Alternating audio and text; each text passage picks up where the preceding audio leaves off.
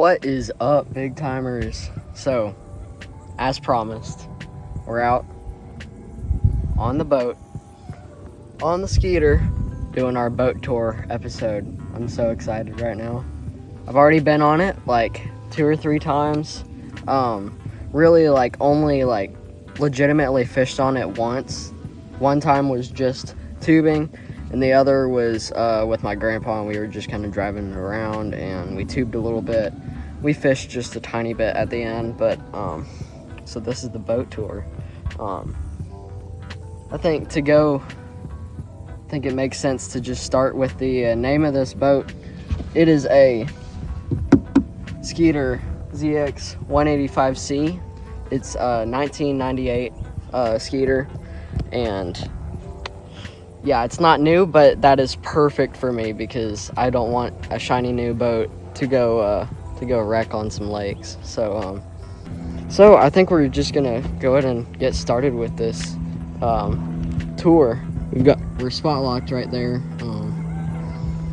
so that I don't have to worry about moving this thing around. But I think we'll go ahead and start with the what's powering this boat, which is a Yamaha VMAX, same model, same year I think, as the boat, so in 1998. It's a 150, and not a whole lot to say about that because I'm not the boat motor expert. Dad isn't either, but he's definitely more of a expert than I am. So yeah, we've got a here's our battery and gas compartment, I guess. So we've got our that yellow thing is the 36-gallon gas tank. We've got batteries, and I really don't know which battery goes to what,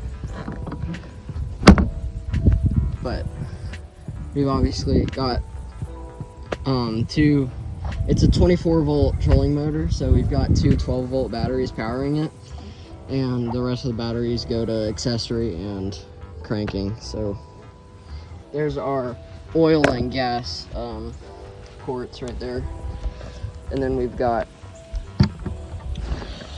hatch number 1 right here.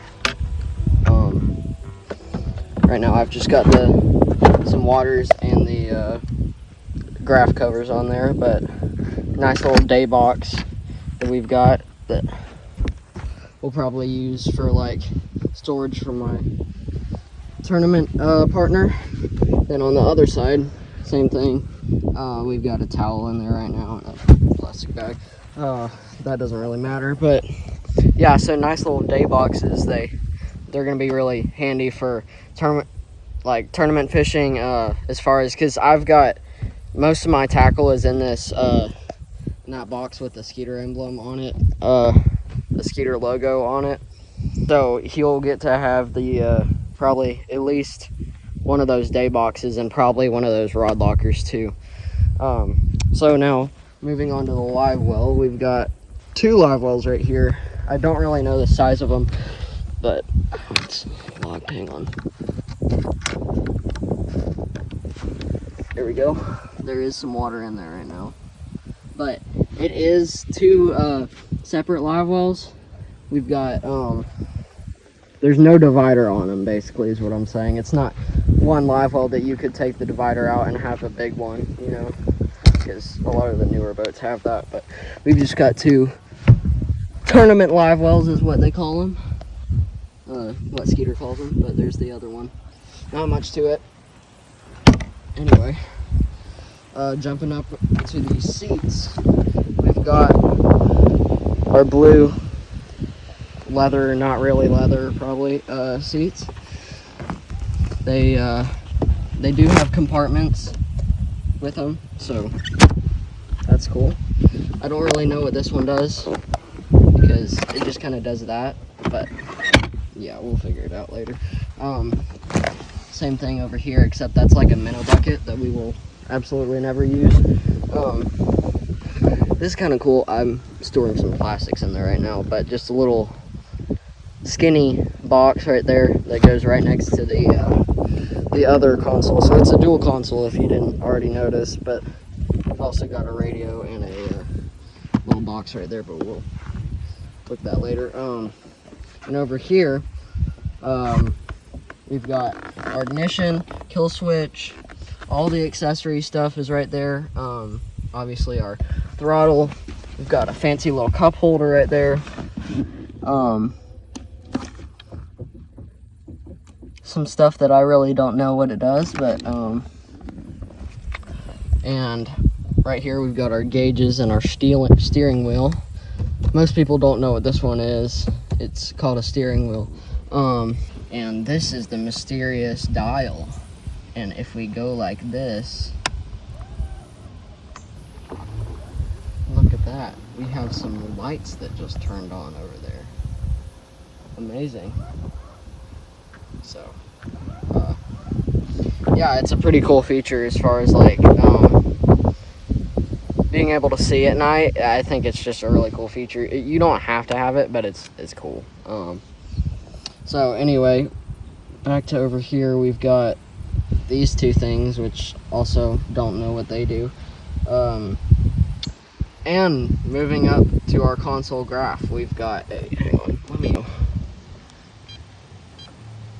Yeah, so this is one of the graphs that I've been talking about. Been super excited about the Helix 10 that we've got on this console.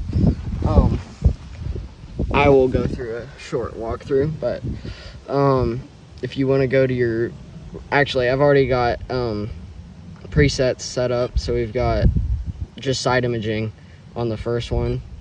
We've got the map and sonar, just 2D sonar on that one, and then we've got down sonar, and whoa, that's kind of cool. You can see the bottom really well. It's only like 1 foot right here. And then we've also got side imaging on that one. And then if we go to view, we can see the map. We've got map and 2D sonar, just regular 2D sonar. That's down imaging, side imaging, down and 2D. That's 2D and side imaging, zoomed in 2D. Yeah, I don't know when I'll use that, but we'll see. We'll figure it out. There we've got down imaging and side imaging. There's side imaging, but the left is on the top and the right is on the bottom, which I think is kind of cool because I think the advantage of having a bigger screen, because sure, you could get away with having a Helix 7 on the console, but for side imaging, you want to have as much screen as you can because it'll give a lot more detail on your side imaging, or down imaging for that matter. Because when you zoom in, obviously the picture gets more distorted, but so having this function right here, you can kind of see a more detailed image without having a bigger screen. Oh yeah, and if you look right here, we've also got our LakeMaster chip, which is really nice. The owner, actually the owners, shout out to Kyle and Mike, left the LakeMaster chip in there, so I've got waypoints from them, and I've also got like really high quality mapping on here, because just looking at the map for my home lake, you can tell that it's definitely a step up from Navionics, just like on your computer or whatever. And then we've also got peanut butter cracker tray. It's not actually like what it's for, but it's a just a little console hatch right there. Here we've got our deck. Didn't know if you could tell that that's a deck, but I got my 4 rods on the boat right now. We're just gonna start with this hatch. This hatch is pretty big. I mean, it stretches from that console all the way over here. Oh, look, there's a tiny turtle. Hang on, I gotta show you this. Look at that guy. Can you see him? Look at him, he's tiny. This one stretches out from the 2 consoles. Yeah, we've got life jackets. My dad put his shoes in there. We've got a tow rope. yeah, basically just the stuff that you need on the boat. If we come up here, we can find our tackle storage. I've got a bunch of waterproof Plano boxes, plastic bag right there, a line spooling station. Yeah, basically, it's basically completely organized right now, which is cool. Yeah, not much to show right there. I guess we'll come up to these two rod lockers. They don't have rod slots for them, but rods do fit in there. Right now we've got our net, a bump board, some life jackets, the seat. And then under here we've also got, I guess I'm gonna move my rods. See what I do for you guys. I didn't want to do that, but I did. Okay, so right here,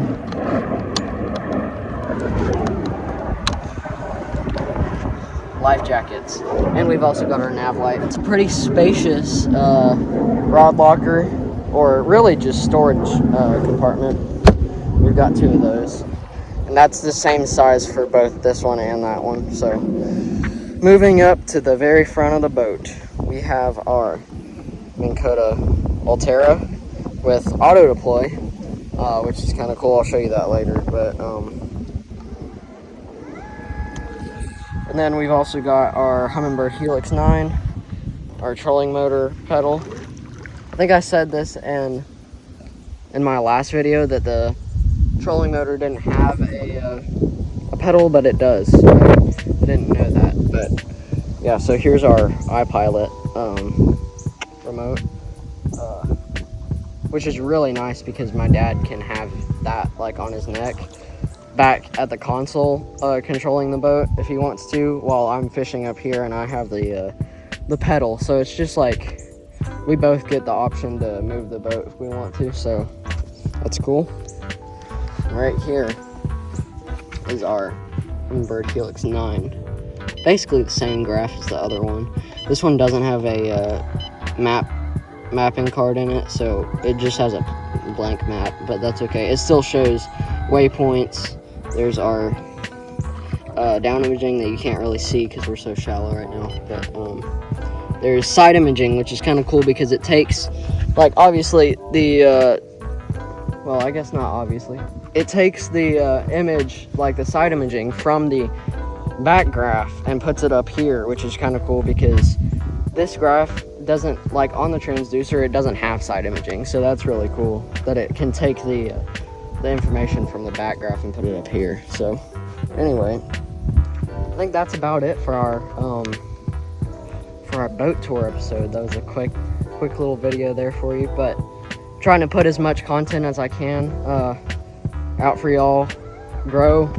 I hit the 1/4 mark for my 1,000 subscribers, so if you haven't already subscribed, go do that, because right now, as of now, I think I have like 260 subscribers, which is, it's awesome. When I started this, I never thought that it would actually work out in my favor, so yeah. Stay tuned for more episodes. This video should be posting on Friday. Today is Wednesday, so I got 2 days to upload. Yeah, but I'm trying to get my schedule to be basically 12:15 every Friday, which is going to be pretty hard to do with school starting in the next 2 weeks, which is, I'm also really lucky because school hasn't started for me, and I know a lot of people, school has already started, but I don't start until the 25th, so yeah, I think that's about it. Thanks for watching this episode. Stay tuned for more Skeeter episodes, as far as, like, we've got a tournament in like a month, so I'm super excited and a little bit nervous. It's on Possum Kingdom Lake. I'm with THSBA, so stay tuned for all of that, and go do some big time fishing and small time fishing.